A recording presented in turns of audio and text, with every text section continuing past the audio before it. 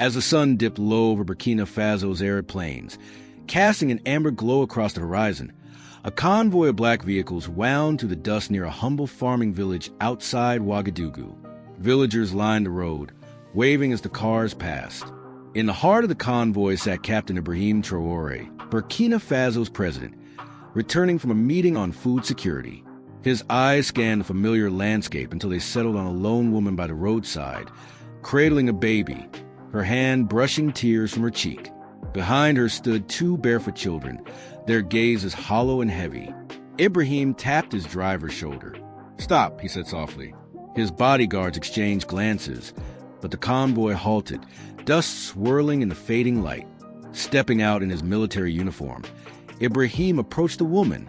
She looked up, startled, hastily wiping her face. "My sister," he said warmly. "What is your name?" Her voice trembled. "Hawa, Mr. President. My husband was a soldier. He died last year fighting terrorists in the north." Ibrahim's expression softened as he glanced at her children, silent and watchful. "And now you live like this?" he asked. Hawa nodded, fighting fresh tears. "They promised government aid, but nothing came. The children go hungry. I tried farming, but the land is dry. No water, no seeds. I sold my Alaska for food." Ibrahim's jaw tightened. "Did you seek help from the local office?" he pressed. "Many times," she replied. "They said aid was coming, but it never did." He turned to his aide. "Find out who handles the support program here.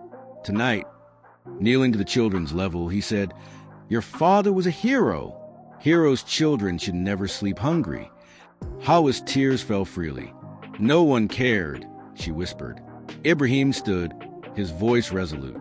"That changes today. I'll return and we'll make this right." That night, as stars pierced the village sky, whispers spread. The president stopped. He saw. For Hawa, it was the first time power had met her pain with a promise of justice. Before dawn, Ibrahim sat in his Ouagadougou office, Hawa's face haunting his sleepless night. He summoned his ministers for an urgent meeting. "I want a full report on every widow and orphan of fallen soldiers," he demanded. "Names, villages, payments, everything. Why did this woman receive nothing?" The room grew tense, some ministers shifting uneasily. Hours later, a thick file arrived. It claimed Hawa had received 2 payments, enough for a year. She never saw a coin, Ibrahim said icily. Who took it? The investigation was swift. A local official had forged Hawa's signature, pocketing funds meant for widows and orphans. Worse, Hawa wasn't alone. Dozens of women had been deceived. Fury burned in Ibrahim's eyes. On national television, clad in his battlefield uniform, he addressed the nation. "Yesterday, I met a widow whose husband died for this country. The aid we promised was stolen. Her pain broke my heart, and my trust in those who serve me." His voice, steady but fierce, cut through the air. "The days of stealing from the poor are over. The guilty official is in prison. This is only the beginning." That week, corrupt officials were ousted, some jailed, others fled in disgrace. Ibrahim gathered his cabinet. "Every minister is now accountable for their department," he declared. "Know who gets what. If one coin vanishes, heads will roll. We cannot build Burkina Faso with corrupt hands." True to his word, Ibrahim returned to Hawa's village, bringing food, school supplies, and a water tank for her farm. More than aid, he brought justice. Hawa smiled, her heart lighter. "My husband would be proud," she said, knowing his sacrifice wasn't forgotten. The rains were late, the earth cracked and barren, but Ibrahim's visit sparked change. Engineers arrived to dig a deep well, water flowed, and trucks delivered tools, fertilizer, and seeds. A program, Hope for the Fallen, empowered widows like Hawa.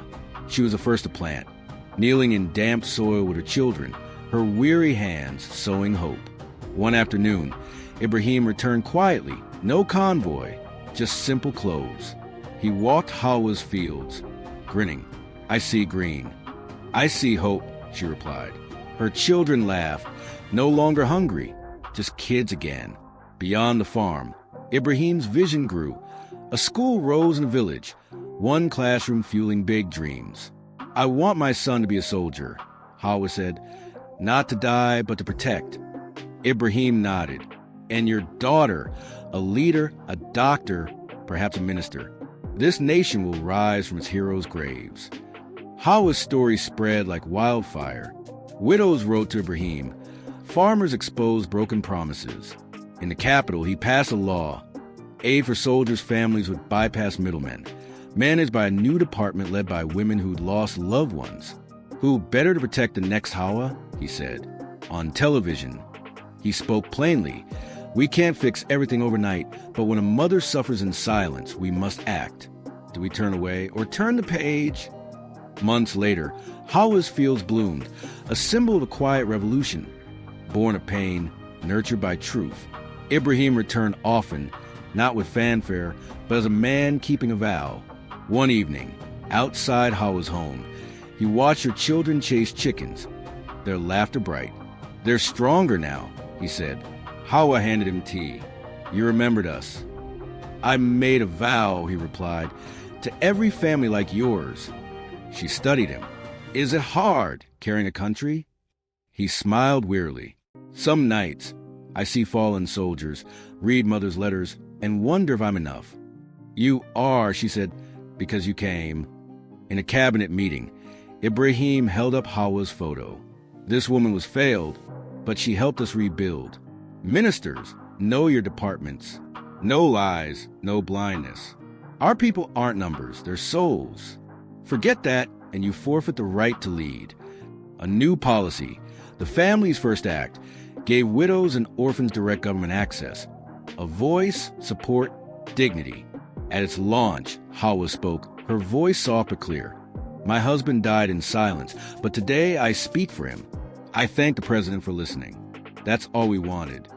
The crowd roared, not just for her, but for a system exposed, lies uprooted, and a leader who stopped for one woman's tears. Across Burkina Faso, Hawa's story took root. In schools built, wells dug, children fed. It wasn't just justice. It was dignity, sown by a single act of compassion that grew into a promise unbroken.